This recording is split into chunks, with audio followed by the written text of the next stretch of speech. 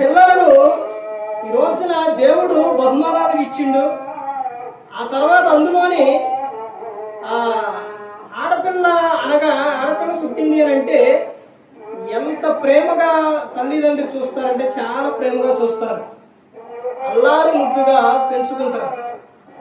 ఎంత అల్లారు ముద్దుగా పెంచుకున్న ఆడపిల్ల విషయంలో ఆ పిల్ల ఎదుగుతున్న కొద్దిగా తల్లిదండ్రి వారు చాలా ఆనందపడతారు. అలాగే ఈ రోజున ఉన్న పరిస్థితులను బట్టి చాలా భయపడుతూ ఉన్నారు. ఎందుకనంటే ఆ పిల్లల కానించి యవనస్తుల వరకు కూడా ఆడపిల్లకి స్వేచ్ఛ అనేది లేదు. ఇంకా 4 రోజులు పోతే స్వతంత్రం అంటారు. ఆగస్టు 15 అందరికీ స్వతంత్రం వచ్చిందేమో కానీ ఆడపిల్లకి స్వతంత్రం వచ్చిందా? ఎక్కడొచ్చిందండి? ఎవరికి స్వతంత్రం అంటే మందు బాబులకి, తిరిగేవాడికి, తాగేవాడికి, తినేవాడికి అందరికీ వచ్చిందేమో కానీ ఆడపిల్లకి రాలా. ఎందుకనంటే ఎప్పుడు స్వేచ్ఛగా ఉంది, ఎప్పుడు స్వేచ్ఛగా ఉంది, ఎప్పుడు ఆనందంగా ఉంది ఆడపిల్ల. చిన్న వయసులోని తర్వాత కొంచెం ఎదుగుతున్న కొద్దిగా చూడండి, బయట ఎన్ని చిన్న చిన్న పిల్లల విషయాల్లో పిల్లలనే అత్యాచారాలు చేయటం భయంకరంగా ఈ రోజున జరుగుతుంది అని అంటే మగ పిల్లలని ఎంత భయంకరంగా పెంచుతున్నారు అని అంటే తల్లిదండ్రి ఎంత భయంకరంగా పెంచుతున్నారు.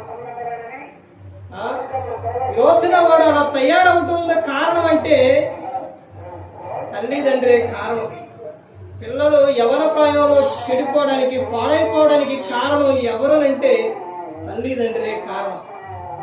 ఆడపిల్లనేమో చాలా మంచిగా భక్తిగా చాలా ఇదిగా పెంచుతారు, మగపిల్లలు మాత్రం వదిలేస్తూ ఉన్నారు. దేనా విషయంలో చూడండి, ఒక్క కూతురు, ఆ ఒక్క కూతురుని 12 మంది 10 మంది అన్నలు, ఆ అన్నంలోని ఆ ఒక్క ఆడపిల్ల అంటే ఎలా పెంచుతారో ఒక్కసారి ఆలోచించండి.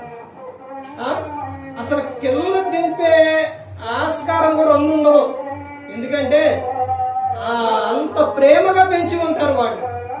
యాకోబు, లేయ, తర్వాత అన్నలు, వాళ్ళందరూ కూడా అంత ప్రేమ అనేది అది ఎప్పుడు కనపడుతుంది అంటే అదైతే వాళ్ళు ఎంత ప్రేమగా చూశారు అన్నదే గ్రంథంలో రాపించలేదు. కానీ అది ఎప్పుడు కనపడుతుంది అంటే ఆ ప్రేమ అనేది ఎప్పుడు కనపడుతుందంటే ఎవరికైనా మనం ఇష్టపడుతున్నాం అని అంటే మనకు ఆపద కానీ ప్రమాదం కానీ తను వచ్చింది అని అంటే ఆ ప్రేమ అప్పుడు అనేది బయటకు వస్తుంది. బయటికి వెళ్ళినప్పుడు ఒక వ్యక్తి రాజకుమారుడు ఆమెను పట్టుకోవడం, ఆమెను చూడటం, అవమానపరచడం, ఆమెతో శయనించడం జరిగింది. ఆ తర్వాత ఆమె జీవితం ఇదైపోయింది. అది తెలుసుకున్న అన్నలు ఆ వ్యక్తి ఎవరైతే చేశాడో రాజకుమారుడు వివాహం చేసుకున్నా గాని ఏం చేశారు? ఆ వ్యక్తిని, ఆ నాన్న, తర్వాత ఊర్లో మొత్తాన్ని ఇచ్చేసేసారు. అంటే ఎందుకు అలా చేశారు అంటే తండ్రి అడుగుతాడు, ఏంట్రా ఇది, ఎందుకు ఇలా చేశారు? ఇప్పుడు వాళ్ళు వచ్చి నా జనాభా ఏమో తక్కువ, వాళ్ళు ఎక్కువ, ఇప్పుడు వాళ్ళు వచ్చి ఇచ్చేస్తే నేను ఏమవ్వాలంటే నా చెల్లిని అంత ఇదిగా చేస్తారా? చూశారని ఎంత ఇష్టం, ఎంత ప్రేమ,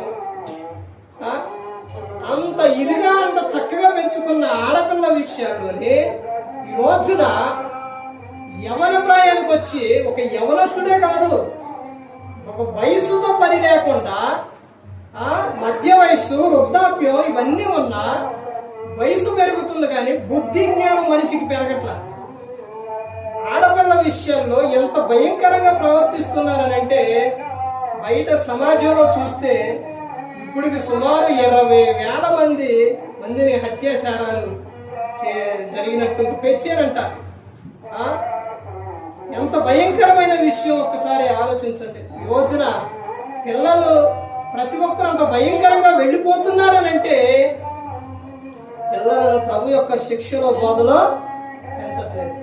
ఎవరు కూడా నశించే నరకానికి వెళ్ళిపోకూడదని యేసు క్రీస్తు ప్రభు ఈ లోకానికి వచ్చి మనందరి కోసం సిలువలో ప్రాణాలు పెట్టారు. ప్రతి ఒక్కరు కూడా దేవుని యందు భయభక్తులు కలిగి పరిశుద్ధాత్మ మాట ఇంటూ హృదయ శుద్ధిని కాపాడుకుంటూ క్రీస్తుని పోలే నడుచుకున్నప్పుడు లోకం విషయంలో పరలోకానికి చేరుకుంది.